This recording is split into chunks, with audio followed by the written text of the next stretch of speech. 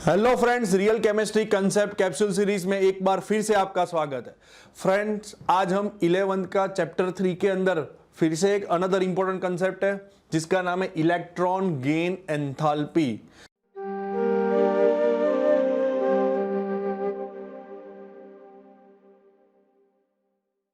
तो यहां पे जो वर्ड सजेस्ट कर रहा है इलेक्ट्रॉन गेन, यानी कि इलेक्ट्रॉन ऐड होगा, गेन होगा ना, उससे जो एंथैल्पी चेंज होगा उसको बोलते हैं एंथैल्पी, यानी कि एनर्जी चेंज, उसको बोलते हैं इलेक्ट्रॉन गेन एंथैल्पी।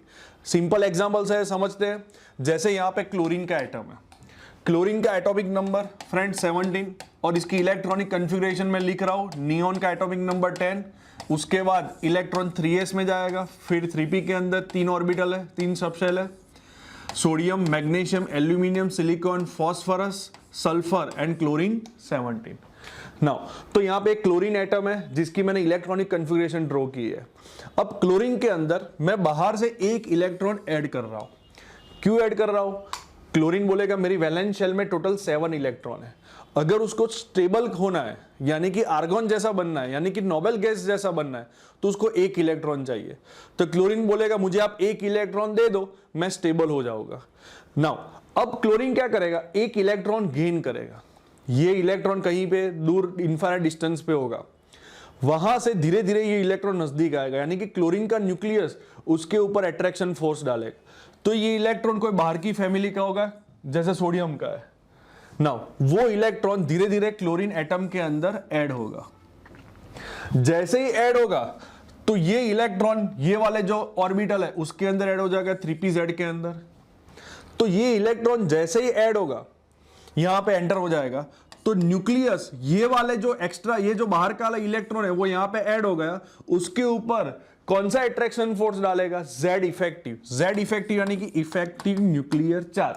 फिर से ये इलेक्ट्रॉन बाहर से क्लोरीन एटम के अंदर ऐड हो गया, तो न्यूक्लियस बोलेगा मैं तेरे को अट्रैक्ट कर दूंगा। तो जैसे ये न्यूक्लियस है उसको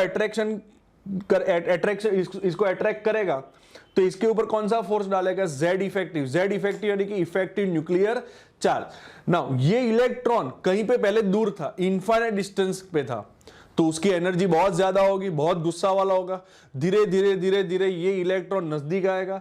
सपोज ये इतने एरिया में आ गया धीरे धीरे, तो ये न्यूक्लियस से जैसे ही नजदीक आएगा उसकी एनर्जी कम होगी, उसका गुस्सा कम होगा। धीरे धीरे धीरे धीरे उसकी एनर्जी कम हो जाएगी, वाइब्रेशंस कम हो गए।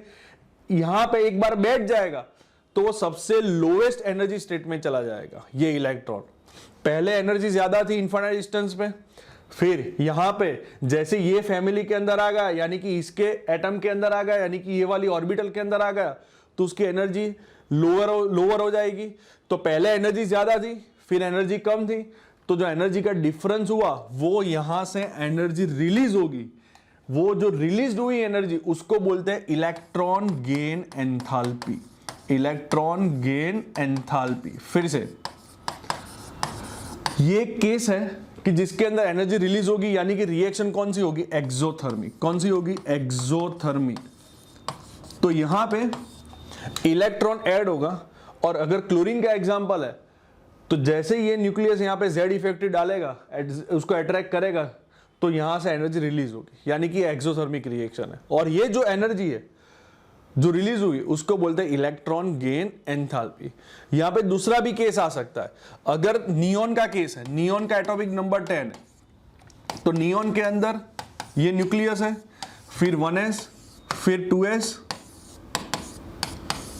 फिर 2p के 3, 2px, 2py, 2pz, और थर्ड नंबर आएगा hydrogen, helium, lithium, beryllium, boron, carbon, nitrogen, oxygen, fluorine, neon. अच्छा, अब नियॉन के अंदर मैं इलेक्ट्रॉन ऐड कर रहा हूं, तो नियॉन तो बोलेगा भाई मेरे पास तो कोई स्पेस ही नहीं बाकी है, 1s खत्म हो गया, 2s भी पूरा पैक हो गया, 2p भी पूरा पैक हो गया। लेकिन उसने क्या बोला कि अगर आपको इलेक्ट्रॉन ऐड करना है तो 3s में आप लेके आओ, थर्ड नंबर की स्पेरिकल शेप के अंदर, s ऑर्बिटल के अंदर।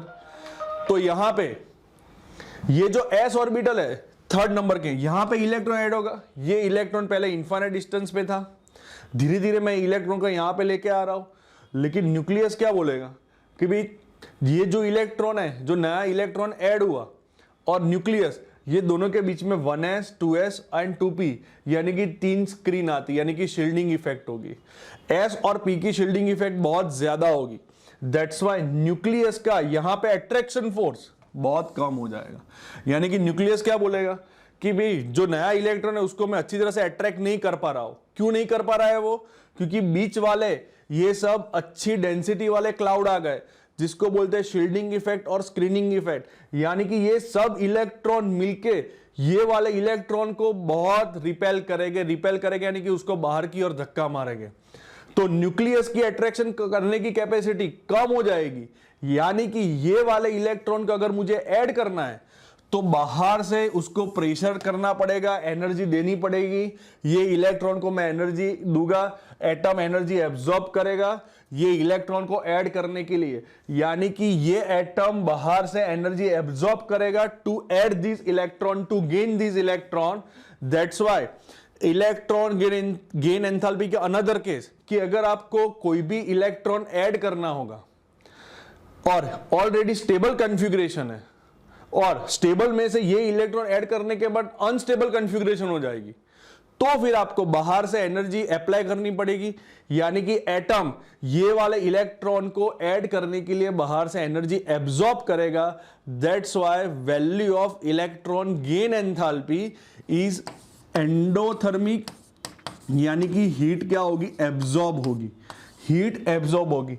यानी कि final definition of electron gain enthalpy, when electron is added into isolated gaseous atom, energy released or energy absorbed is called as electron gain enthalpy। फिर से अगर कोई भी आइसोलेटेड एटम के अंदर कोई इलेक्ट्रॉन ऐड हो रहा है तो एनर्जी रिलीज होगी, आइदर एनर्जी एब्जॉर्ब होगी।